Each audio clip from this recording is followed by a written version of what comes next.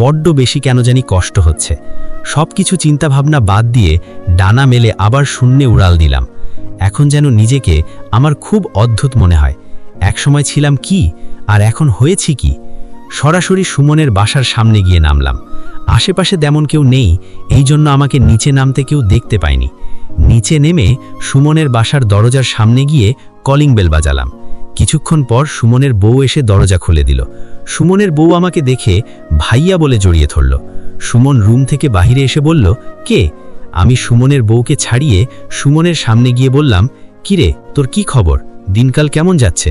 সুমন আমাকে জড়িয়ে ধরে বলল, শালা, এতদিন পর আমাদের কথা তোর মনে হয়েছে? সুমনকে ছেড়ে বললাম, কি করব বল, একটু বিজি ছিলাম, নইলে তোর বাসায় আরো অনেক আগেই আসতাম। দরজার কাছে এগিয়ে গিয়ে বলল, আরেকজনকে তো দেখতে পারছি না, তাহলে কি তুই আমার কথা রাখতে পারিসনি? আমি মাথা নিচু করে বললাম, সরি রে, আমি পারি নাই।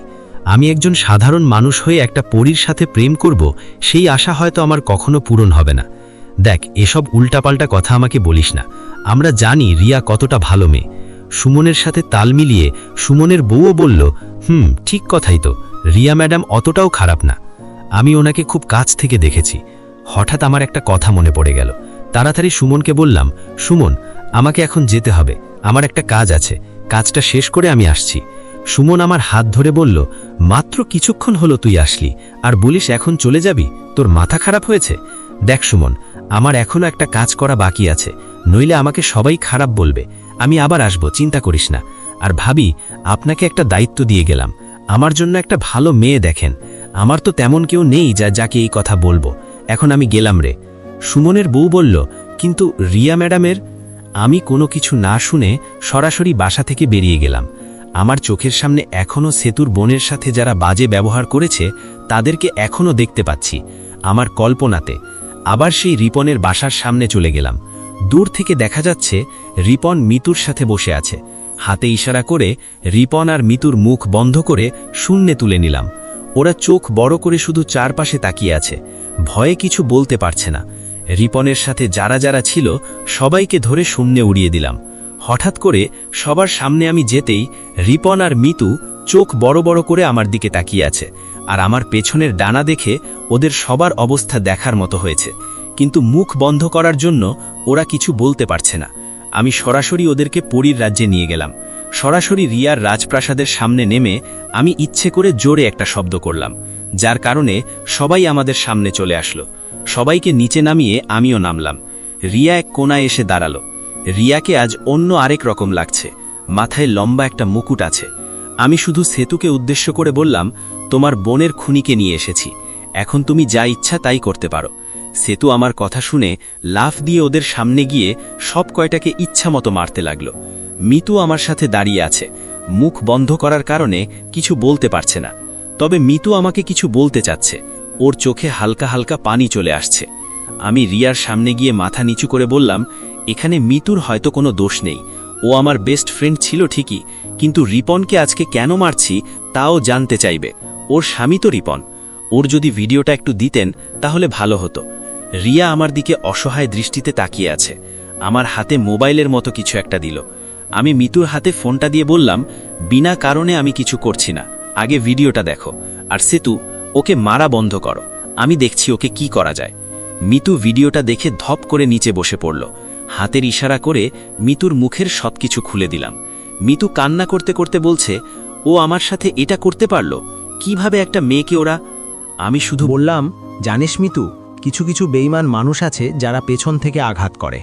তোরা আমার বেস্ট ফ্রেন্ড ছিলি, আর তোরাই আমার সাথে বেঈমানি করলি। ছি ছি, একটা পরী মেয়েকে তোরা। সেতু, ওদের জ্যান্ত জ্বালিয়ে দাও। মিতু আমার হাত ধরে বলল, তোর মাথা খারাপ হয়ে গেছে? ও তোর বেস্ট ফ্রেন্ড হয়, আবার আমার স্বামী। হতে পারে সে বড় একটা অপরাধ করেছে, তাই বলে তুই ওকে মেরে ফেলবি? আমার কিছু করার নাই রে এখানে, আমার আদালতের বিচার এটাই। এবার রিয়া আমার সামনে এসে বলল, নিজেকে খুব ভালো মনে করো না? মন যা চায় তাই করবে?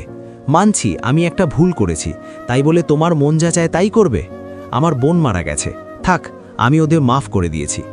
আমি সেতুকে ধমক দিয়ে বললাম, আমি কি বলছি সেতু, তোমার কানে যায় না? এই রকম বেস্ট ফ্রেন্ড থাকার চেয়ে না থাকাই অনেক ভালো। রিপন দৌড় দিয়ে আমার পায়ের কাছে এসে পড়ল। আমি ওর মুখ দিলাম। রিপন কান্না করতে করতে বলছে, আমাদের মাফ করে দে বন্ধু, আমার ভুল হয়ে গেছে। তুই না আমার বেস্ট ফ্রেন্ড ছিলি, এটা তুই আমার সাথে করতে পারিস না। আমি তো তোর জন্য কত কিছু করেছি। রিপনকে লাথি মেরে দূরে ফেলে দিয়ে বললাম, তোর মতো বেস্ট ফ্রেন্ড আমার দরকার নেই। তোর জন্য আমি কত অপমানিত হয়েছি জানিস? সেতুর বোনও হয়তো এভাবেই তোর কাছে মাপ চেয়েছিল, কিন্তু তোরা ওকে। আজ যদি তুই এমন কিছু না করতি, ওই যে একটা মেয়েকে এখানে দাঁড়িয়ে আছে দেখতে পাচ্ছিস, ওর নাম রিয়া, খুব ভালোবাসি আমি ওকে। আজকে তুই এমন না করলে ও আমার বউ থাকতো। তোর জন্য আমার সব কিছু শেষ হয়ে গেছে, ছাড়বো না আমি তোকে। একটা পরীকে বললাম মিতুকে ধরে রাখতে। সব কয়টাকে একসাথে করে যেই ওদের শরীরে আগুন দিব, তখন রিয়া এসে আমার হাত ধরে বলল, লাদেন প্লিজ এসব বাদ দাও। সেতু রিয়াকে ধরে বলল, বাদ দিবে মানে? আপু, ওরা আমার বোনের সাথে কি করেছে মনে নেই? তুমি চুপ করো। অপরদিকে রিপন জোরে জোরে কান্না করে বলছে, প্লিজ বন্ধু, আমাদের সাথে এমন করিস না। কাঁপা কাঁপা হাতে আগুনটা ভেতরে ফেলে দিলাম। আমার চোখের সামনে আমার বন্ধু আগুনে পুড়ে মারা যাচ্ছে, আর আমি চুপ করে দাঁড়িয়ে আছি। রিপন জোরে চিৎকার দিয়ে বলছে, প্লিজ বন্ধু, শেষবারের মতো আমি তোর কাছে আমার জীবন ভিক্ষা চাইছি, আমাকে মাফ করে দে। আমি রিপনের কথা শুনে চোখ বন্ধ করে ফেললাম। আমার চোখ থেকে আপনা আপনি পানি পড়তে লাগলো। রিপনের মতোই হয়তো সেতুর বোন ওভাবে ওর কাছে ক্ষমা চেয়েছিল, কিন্তু রিপন ওকে মাফ করে নাই। হতে পারে ও আমার বন্ধু, কিন্তু এখনও একজন অপরাধী। ধীরে ধীরে আগুন শেষ হয়ে গেল। সামনে শুধু ওদের হাড্ডিগুলো পড়ে আছে। এবার রিয়ার সামনে গিয়ে হাসতে হাসতে বললাম, মানুষজাতি তোমার কাছে খুব খারাপ না? আজকে আমি আমার নিজের বেস্ট ফ্রেন্ডকে কুরবানি দিয়ে দিলাম। আমি যখন ওকে মারছিলাম তখন আমি কোনো বন্ধুত্ব দেখি নাই। আমি তখন চিন্তা করেছি সেতুর বড় বোনের কথা। ও হয়তো ওভাবে ওর কাছে মাফ চাইছিল, কিন্তু ওরা ওকে মাফ করে নাই। এবার নিচে বসে কান্না করতে করতে বললাম, জানো রিয়া, বন্ধুত্ব কাকে বলে?